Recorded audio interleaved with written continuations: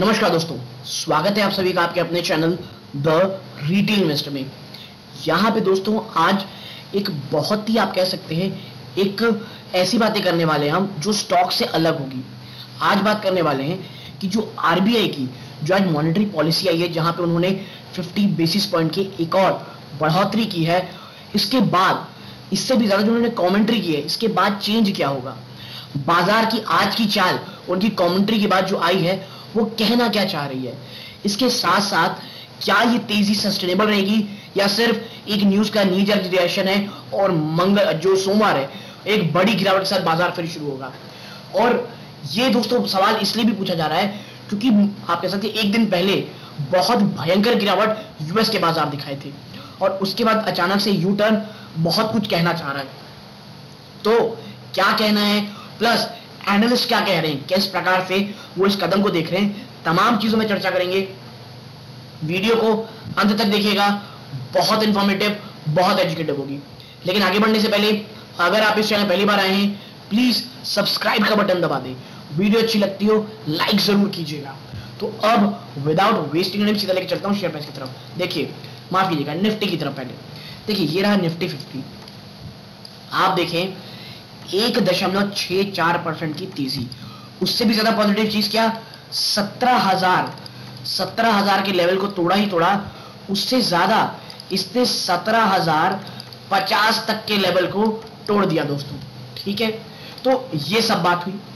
अब बात करते हैं ये चीजें क्यों हुई दोस्तों। ये चीज सबको पता है, जैसी आरबीआई ने अपनी मॉनेटरी पॉलिसी डिक्लेयर की उसके बाद एक अलग किस्म की रैली आई। तो अब चर्चा करेंगे क्या चेंज आया है मॉनेटरी पॉलिसी में, क्या एनालिस्ट इसमें जो बड़े एनालिस्ट हैं वो इसे किस तरह देख रहे हैं। देखिए, on September 30 monetary policy committee MPC increased interest rate by 50 basis point as anticipated to 5.90% while maintaining its financial 23 inflation prediction of 6.7%।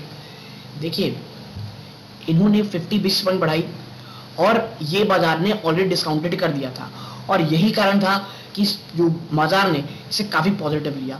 इसके साथ साथ जो एक और पॉजिटिविटी थी कि जो इन्फ्लेशन का रेट है उसे कहीं कुछ नहीं किया गया है, वो आज भी 6.7% है। आगे है इन अगस्त 2022, अगस्त 2022 में जो सीपीआई इन्फ्लेशन है दोस्तों, ये 7% रही, जबकि एक साल पहले समय 6.7% थी। In addition to the US dollar's ongoing unpredictability, ongoing monetary tightening, increasing inflation, and concern of worldwide recession in the financial market, these factors have a determinant effect on emerging market economies and seriously jeopardize economic prospects for development। देखिए, जब developing countries चाहे वो UK हो, US हो, जब वहां इतनी तबाही मच रही है उनकी इकोनॉमीज में, हम एज ए डेवलपिंग इकोनॉमी हम तो बहुत बहुत ज्यादा लड़ रहे हैं दोस्तों।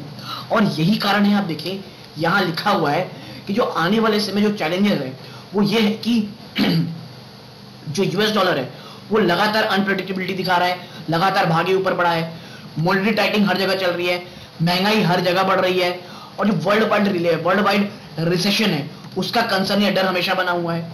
और ये इकोनॉमी को जो है ना दोस्तों, जो डेवलपिंग इकोनॉमी है, सीरियसली जियोपर्डाइज कर सकता है। ठीक है, नाउ इन तरह से in order to control persistent inflation, RBI will keep working to maintain financial stability. ठीक है, इसके कारण जो आरबीआई वो लगातार काम करती रहेगी फाइनेंशियल स्टेबिलिटी को मजबूत करने के लिए, और की इंटरेस्ट रेट आने वाले समय में हाइक होते रहेंगे दोस्तों, और ये चीज आपकी मंथली ईएमआई में और सेविंग्स में काफी नेगेटिव असर डालेगी। ठीक है, ये तो बात हुई टोटल आज की जो इनकी मॉनेटरी पॉलिसी मोटा मोटी कहती है।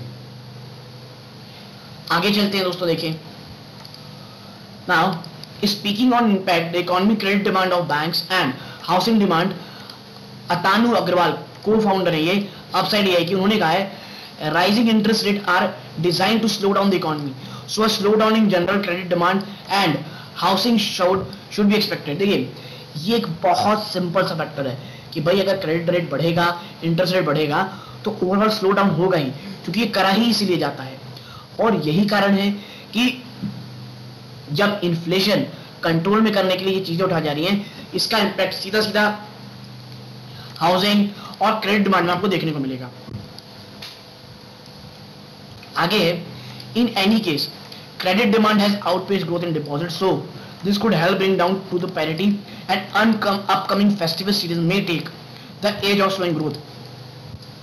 जो इंडिया में सबसे अच्छी चीज है दोस्तों कि जो फेस्टिव सीजन है वो शायद कुछ समय तक स्लो डाउन जो है ना उसे एब्जॉर्ब कर ले, और उसको लेकर के काफी ज्यादा पॉजिटिविटी है दोस्तों, ठीक है। और यही कारण है कि हमारे इतनी निगेटिविटी नहीं देखने को मिली। आगे आप देखें, expect to pay higher EMI on your floating rate loans, which is the case for most mortgages in time.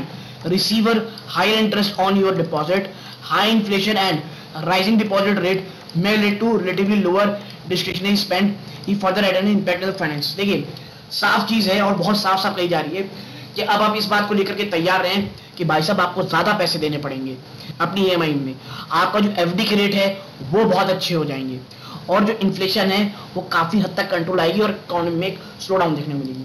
आगे है, the expense of education is on higher side and soon the interest rate for education loan will rise along with those for other loan type following the RBI's policy repo rate increase. As a result consequently the RBI repo rate increase would have a major effect on students.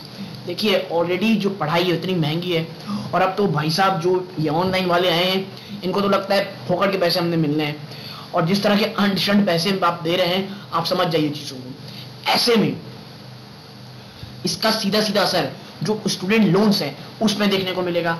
और आगे है, by inquiring about higher repo rate would affect student loan, mister Ankit Mehra CEO and co-founder of Gyandhan said interest rate on loans will increase shortly.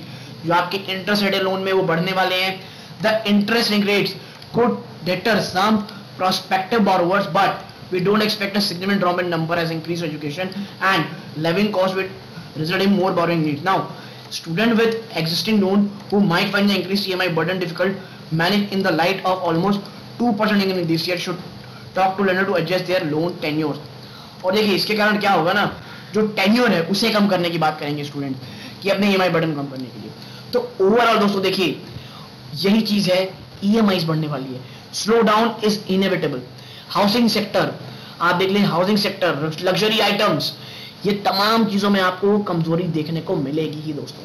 तो ये चीज जरूर से जरूर अपने दिमाग में जरूर रखिएगा दोस्तों। और ये जो तेजी है इसमें प्लीज कोई बहुत बड़ा इन्वेस्टमेंट मत करने लग जाइएगा, ये फेज चलता ही रहेगा, बाजार आपको बहुत मौके देगा। ये चीज प्लीज अपने दिमाग में रखिएगा कि बाजार बहुत मौके देगा। कैश में अगर बैठे हैं तो बैठे रहें, कोई भी हड़बड़ाहट में कोई बड़ा डिसीजन प्लीज मत लीजिएगा दोस्तों। और ऐसे में जो रुझान स्टॉक मार्केट में जाएगा वो जाएगा हाई डिविडेंड स्टॉक्स में दोस्तों।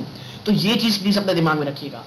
और यदि आपको मेरी ये छोटी सी एनालिसिस पसंद आई हो प्लीज वीडियो लाइक कीजिए, चैनल पहली बार आए सब्सक्राइब कीजिएगा। यहां तक जुड़े रहे इस बात का बहुत बहुत धन्यवाद। ये इस वीडियो का अंत है। जय हिंद दोस्तों।